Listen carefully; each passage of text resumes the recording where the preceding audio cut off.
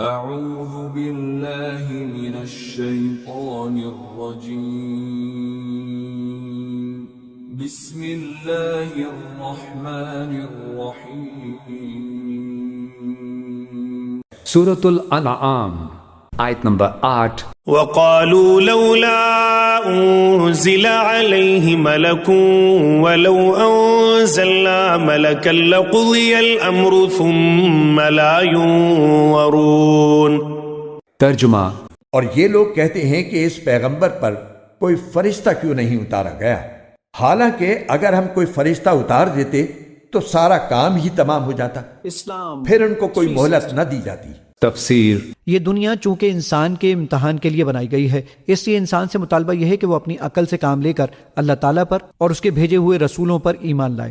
چنانچہ اللہ تعالیٰ کی سنت یہ ہے کہ جب کوئی غیبی حقیقت آنکھوں سے دکھا دی جاتی ہے تو اس کے بعد ایمان لانا معتبر نہیں ہوتا۔ یہی وجہ ہے کہ اگر کوئی شخص موت کے فرشتوں کو دیکھ کر ایمان لائے تو اس کا ایمان قابل قبول نہیں۔ کفار کا مطالبہ یہ تھا کہ اگر کوئی فرشتہ حضرت صلی اللہ علیہ وسلم پر وحی لے کر آتا ہے تو وہ اس طرح آئے کہ ہم اسے دیکھ سکیں۔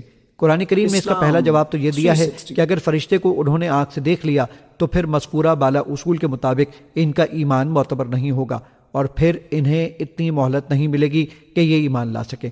دوسرا جواب اگلے جملے میں ہے۔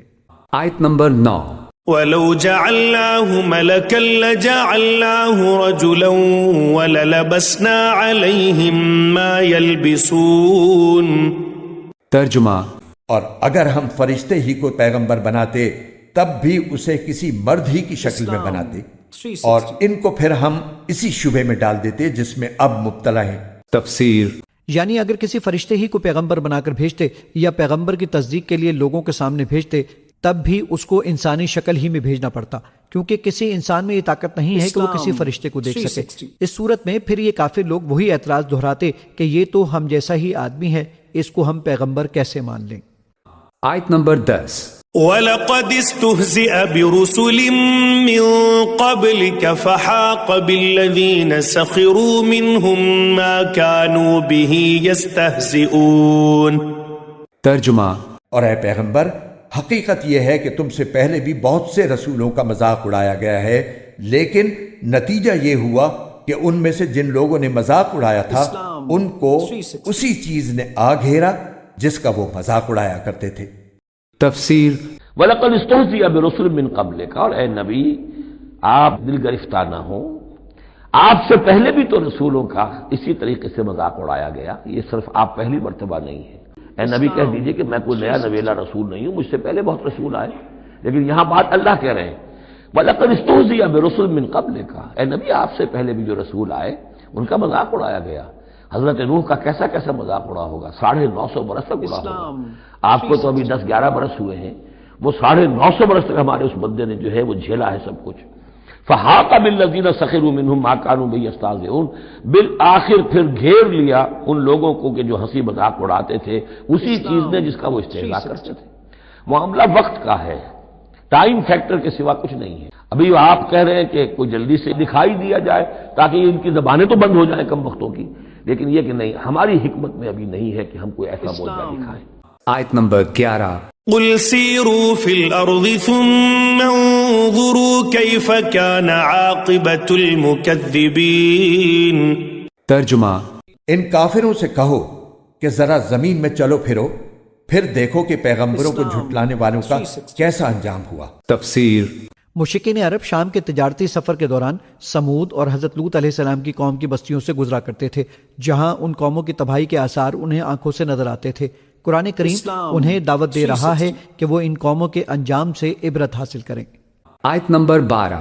قُل لِّمَن مَّا فِي السَّمَاوَاتِ وَالْأَرْضِ قُل لِّلَّهِ كَتَبَ عَلَى نَفْسِهِ الرَّحْمَةَ لَيَجْمَعَنَّكُمْ إِلَى يَوْمِ الْقِيَامَةِ لَا رَيْبَ فِيهِ الَّذِينَ خَسِرُوا أَنفُسَهُمْ فَهُمْ لَا يُؤْمِنُونَ۔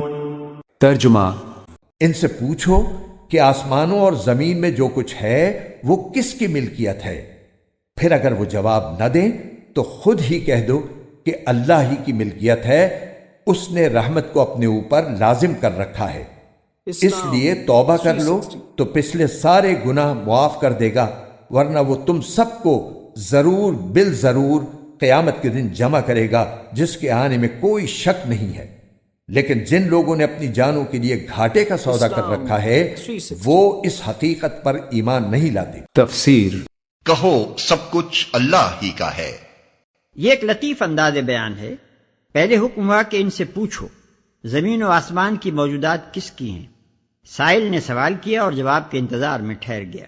مخاطب اگرچہ خود قائل ہیں کہ سب کچھ اللہ کا ہے، لیکن نہ تو وہ غلط جواب دینے کی جرات رکھتے ہیں اور نہ صحیح جواب دینا چاہتے ہیں، کیونکہ اگر صحیح جواب دیتے ہیں تو انہیں خوف ہے کہ مخالف اس سے ان کے مشرکانہ عقیدے کے خلاف استدلال کرے گا، اس لیے وہ کچھ جواب نہیں دیتے۔ تب حکم ہوتا ہے کہ تم خود ہی کہو کہ سب کچھ اللہ کا ہے۔ آیت نمبر 13۔ وَلَهُ مَا سَكَنَ فِي اللَّيْلِ وَالنَّهَارِ وَهُوَ السَّمِيعُ الْعَلِيمُ۔ ترجمہ اور رات اور دن میں جتنی مخلوقات آرام پاتی ہیں سب اسی کے قبضے میں ہیں اور وہ ہر بات کو سنتا ہے، ہر چیز کو جانتا ہے۔ تفسیر غالباً اشارہ اس طرف ہے کہ رات اور دن کے اوقات میں جب لوگ سوتے ہیں تو دوبارہ بیدار بھی ہو جاتے ہیں، حالانکہ نیند بھی ایک چھوٹی موت ہے جس میں انسان دنیا سے بے خبر اور بالکل بے اختیار ہو جاتا ہے، لیکن چونکہ وہ اللہ تعالیٰ ہی کے قبضے میں ہوتا ہے اس لیے جب وہ چاہتا ہے اسے بیداری کی دنیا میں واپس لے آتا ہے۔ اسی طرح جب بڑی موت آئے گی تب بھی انسان اللہ تعالیٰ کے قبضۂ قدرت میں ہوگا اور وہ جب چاہے گا اسے دوبارہ زندگی دے کر قیامت کے یوم حساب کی طرف لے جائے گا۔ آیت نمبر 14۔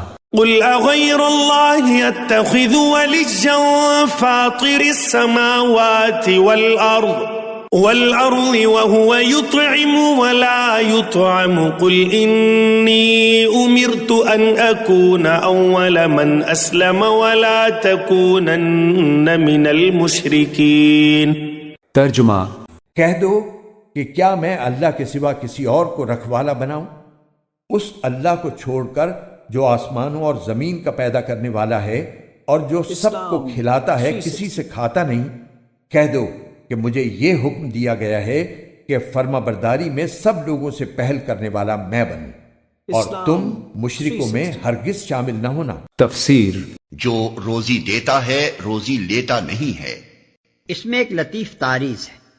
مشرکوں نے اللہ کے سوا جن جن کو اپنا خدا بنا رکھا ہے وہ سب اپنے ان بندوں کو رزق دینے کے بجائے الٹا ان سے رزق پانے کے محتاج۔ کوئی فرعون خدائی کے ٹھاٹ نہیں جما سکتا جب تک کہ اس کے بندے اسے ٹیکس اور نذرانے نہ دیں۔ کسی صاحب قبر کی شان معبودیت قائم نہیں ہو سکتی جب تک کہ اس کے پرستار اس کا شاندار مقبرہ تعمیر نہ کریں۔ کسی دیوتا کا دربار خداوندی سج نہیں سکتا جب تک کہ اس کے پجاری اس کا مجسمہ بنا کر کسی عالیشان مندر میں نہ رکھیں اور اس کو تزئین و آرائش کے سامانوں سے آراستہ نہ کریں۔ سارے بناوٹی خدا بیچارے خود اپنے بندوں کے محتاج ہیں، صرف ایک خداوند عالم ہی وہ حقیقی خدا ہے جس کی خدائی آپ اپنے بلبوتے پر قائم ہے اور جو کسی کی مدد کا محتاج نہیں بلکہ سب اسی کے محتاج ہے۔ آیت نمبر 15۔ قل إني أخاف إن عصيت ربي عذاب يوم عظيم۔ ترجمہ کہہ دو کہ اگر میں اپنے پروردگار کی نافرمانی کروں تو مجھے ایک زبردست دن کے عذاب کا خوف ہے۔ تفسیر قل انی اخاف ان عصیت ربی عذاب یوم عظیم، کہہ دیجئے کہ خود مجھے اندیشہ ہے اگر میں اپنے پروردگار کی نافرمانی کروں تو بڑے دن کے عذاب کا۔ میں بھی مستثنا نہیں ہوں، میں بھی اللہ کا بندہ ہوں۔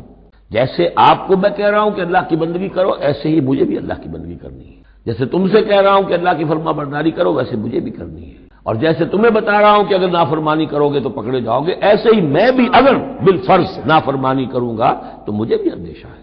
یہ بہت اہم آیات ہے جن کو سمجھنا چاہیے۔ قل انی اخاف ان عصیت ربی عذاب یوم عظیم، کہہ دیجئے کہ خود مجھے اندیشہ ہے اگر میں اپنے پروردگار کی نافرمانی کروں تو بڑے دن کے عذاب کا۔